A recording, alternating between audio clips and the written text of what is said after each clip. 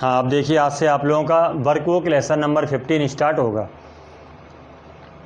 तो सबसे पहले जैसे मैं आपको हमेशा बताता हूँ, जो वर्ड पावर है, अगर आप इसे एग्ज़ाम के तरीके से देख रहे हैं तो क्रॉस कर दें, पेपर में इसमें से कुछ नहीं आएगा। लेकिन जो स्टूडेंट एक जनरल नॉलेज टाइप देखना चाहते हैं तो ये आपके लिए सामान्य ज्ञान ही है। सबसे पहले क्वेश्चन नंबर 1 क्या कह रहा है वो देखिए कि there are many different words. तो यहाँ आपको बहुत सारे शब्द दिए गए हैं referring to the features of the nature, जो नेचर के फीचर्स को व्यक्त करते हैं।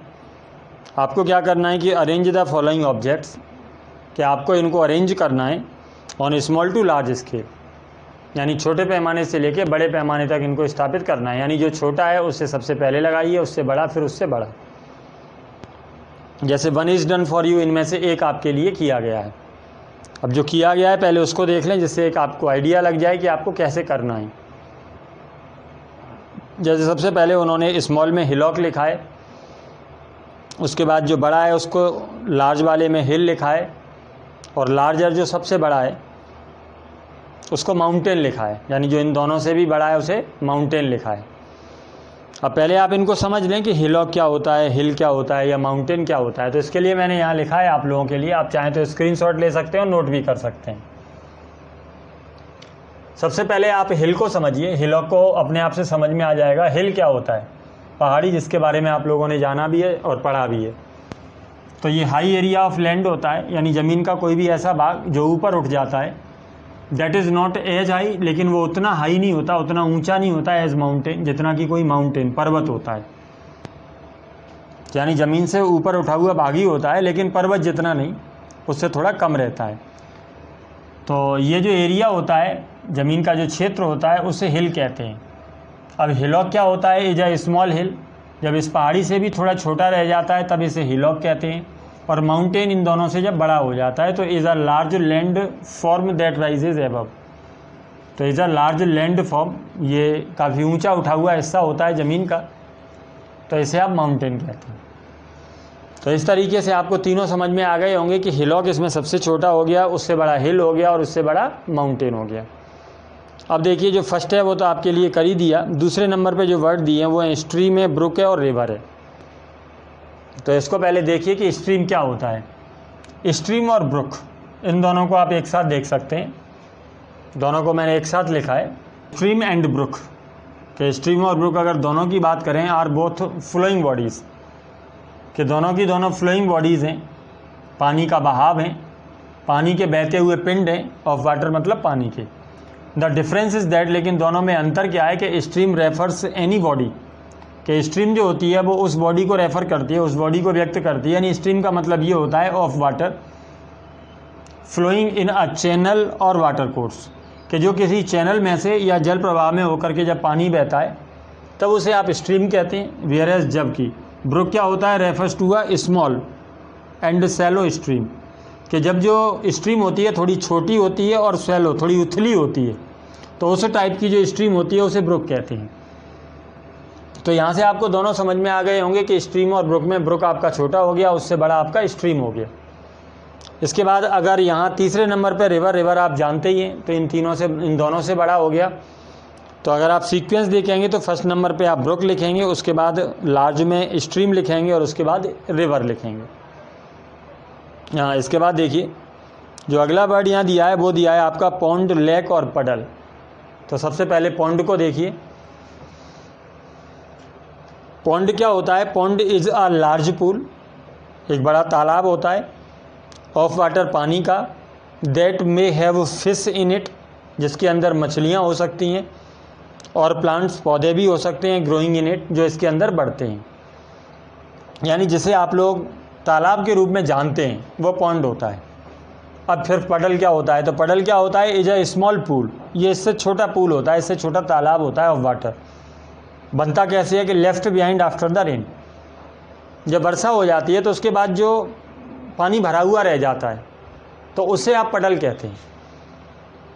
जैसे अपन अपनी सामान्य भाषा में अगर कहते हैं तो जैसे गड्ढे भरे हुए रह जाते हैं, तो उस टाइप के। तो जो पडल हो गया वो छोटा हो गया, उससे बड़ा आपका पॉन्ड हो गया। और थर्ड नंबर पे आपके लिए दिया ही है, पडल हो गया, पॉन्ड हो गया और लेक हो गया। ठीक। हाँ, इसके बाद देखिए जो नेक्स्ट है आपका वो है फॉरेस्ट, वुड और कॉप्स। तो पहले इन तीनों को समझ लें। सबसे पहले देखें कॉप्स क्या होता है, इज अ थिकेट, ये एक झाड़ी होती है ऑफ स्मॉल ट्रीज, छोटे छोटे पेड़ों की, और सब्स। तो ये तो क्लियर हो गया कि जो कॉप्स होता है वो एक झाड़ी हो गई। फॉरेस्ट आप जानते ही जंगल होता है, हालांकि इसे कह सकते हैं कि is a dense collection of trees, कि पेड़ों का जब एक घना समूह होता है लार्जर देन वुड, लेकिन यहाँ से क्लियर पता लग गया कि लार्जर देन वुड, कि ये जंगल से बड़ा होता है। जो वुड मीन्स जंगल होता है, फॉरेस्ट भी जंगल होता है, तो ये जंगल से बड़ा होता है। इसका मतलब क्या हो गया, यानी वुड से बड़ा क्या हो गया, फॉरेस्ट। तो इसका मतलब सबसे पहले आप लिखेंगे यहाँ कॉप्स को, उसके बाद लिखेंगे आप वुड को, और इसके बाद आप लिखेंगे फॉरेस्ट को। इसके बाद देखिए अगला पॉइंट दिया है, अगले जो वर्ड दिए हैं सॉरी, वो हैं आपके कोव, गल्फ और बे। इन तीनों को और समझिए। कोव क्या होता है, is a small area of the coast, जो तट होते हैं तो उन तटों का जो छोटा सा क्षेत्र होता है, वेयर द लैंड कव्स राउंड, जहाँ जो लैंड होती है उसमें थोड़ा सा कव आ जाता है, तो उस तरीके का जो बॉडी होती है उसे कोव कहते हैं। इसके बाद अगर बात बे की करें, जिसे खाड़ी कहते हैं, तो a bay connects to a large water bodies. तो बे वो होती है जो लार्ज वाटर बॉडी होती हैं, जैसे कि ओशियन हो गया, जैसे कि लेक हो गई, इन दोनों को जोड़ने का काम करती है, इसे बे कहते हैं। जैसे आप लोगों ने सुना होगा बे ऑफ बंगाल, बंगाल की खाड़ी। तो जो लार्ज वाटर बॉडी होती हैं उनको जब कनेक्ट करने का जो कोई काम करती है उसे बे कहते हैं। ठीक, अगर गल्फ़ की बात करें तो इज लार्ज बे, अगर जैसे गल्फ़ है तो वो बे से भी थोड़ी सी बड़ी हो जाती है, जैसे गल्फ़ ऑफ मैक्सिको। तो यहाँ भी तीनों का जो सीक्वेंस है वो समझ में आ गया होगा। यहाँ फर्स्ट नंबर पे आप लिखेंगे कोव को। अब चूंकि गल्फ़ क्या है, इज अ लार्ज बे, तो यानी ये एक बे से बड़ा रूप है, तो इसका मतलब नंबर 2 पे आप बे लिखेंगे और नंबर 3 पे आपका क्या हो गया, गल्फ़ हो गया। इसके बाद अगला देखिए, अगला दिया है आपको रोड, लेन और फुटपाथ। तो फुटपाथ तो आप जानते ही होंगे, हालांकि मैंने उसके लिए भी यहाँ लिखा है a path for people to walk on, जो लोगों के चलने की जगह बनाई जाती है उसे आप फुटपाथ कहते हैं। और ये जानते ही हैं कि ये लेन से और रोड से तो छोटा ही होता है। इसके बाद लेन क्या होता है, इसे जैसे हिंदी में कह सकते हैं आप पतली सड़क या गली। तो a narrow road in the country, तो जो रोड होती है, रोड ही अगर पतली होती है, सकरी होती है, तब उसे लेन कहते हैं। तो रोड आपका क्लियर हो गया। इसका मतलब नंबर 1 पे आप फुटपाथ को लेंगे, उसके बाद आप लेन को लेंगे और नंबर 3 पे रोड को लेंगे। रोड क्या हो गया, ए वे बिटवीन प्लेसेस, तो दो स्थानों के बीच का कोई रास्ता होता है, विद अ हार्ड सरफेस, जिसका जो सरफेस होता है वो काफ़ी हार्ड होता है, which cars buses ETC can drive along, जिसके ऊपर कार बसेस चलती हैं। हालांकि आप इन तीनों चीज़ों से अच्छे से परिचित हैं। इसके बाद आप आएंगे तो जो बी नंबर का पॉइंट है उसको देखिए। यहाँ भी आपके पास मैच द फॉलोइंग, कुछ वर्ड दिए हैं, आपको उनको मैच करना है। तो कुछ वस्तुएं दी हैं और उन वस्तुओं के सामने उनकी जो सुगंध है उसको दिया है, या दुर्गंध है तो दुर्गंध को दिया है। तो अगर किसी वस्तु में किस तरीके की सुगंध या दुर्गंध है उसके हिसाब से आपको इन्हें मैच करना है।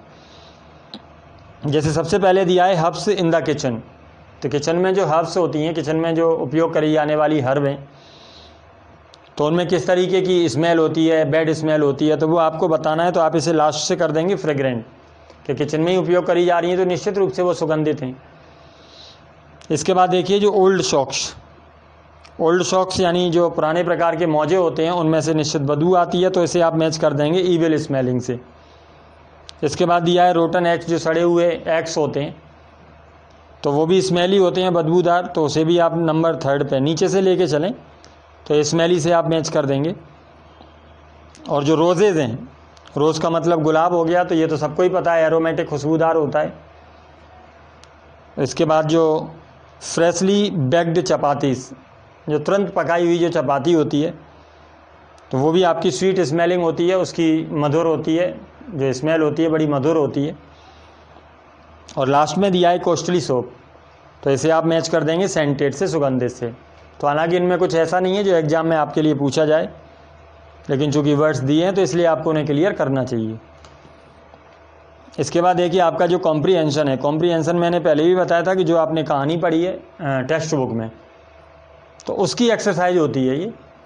सबसे पहले जैसे पॉइंट दिया है आपके पास कि the girl boarded the train eight, कि जो लड़की है बोर्डेड द ट्रेन एट, कहाँ से ट्रेन में चढ़ी, तो आपको वो जगह बतानी है। तो मेरे ख्याल से आपको याद होगा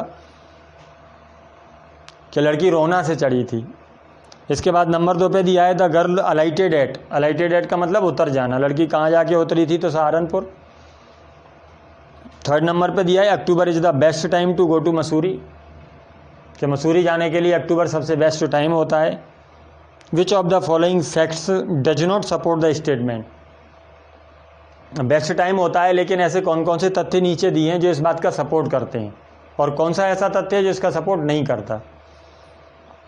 तो which of the following fact does not support, तो आपको वो फैक्ट निकालना है जो इस बात का सपोर्ट नहीं करता।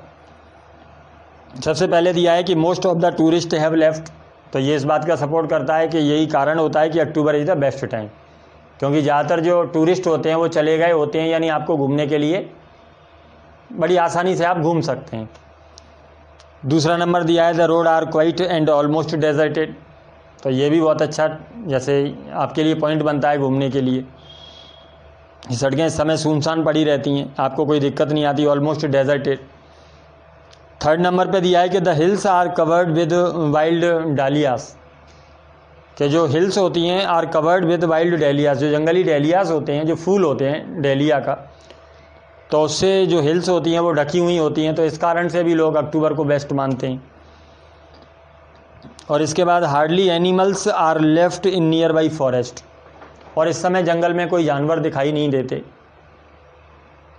तो आपको यही पॉइंट हटा देना है कि इस कारण से, जैसे जानवर देखने तो कोई जाएगा ही जाएगा, तो ये पॉइंट ठीक नहीं है, तो इसलिए इसे आप क्रॉस कर दें, यानी यही आपका राइट है।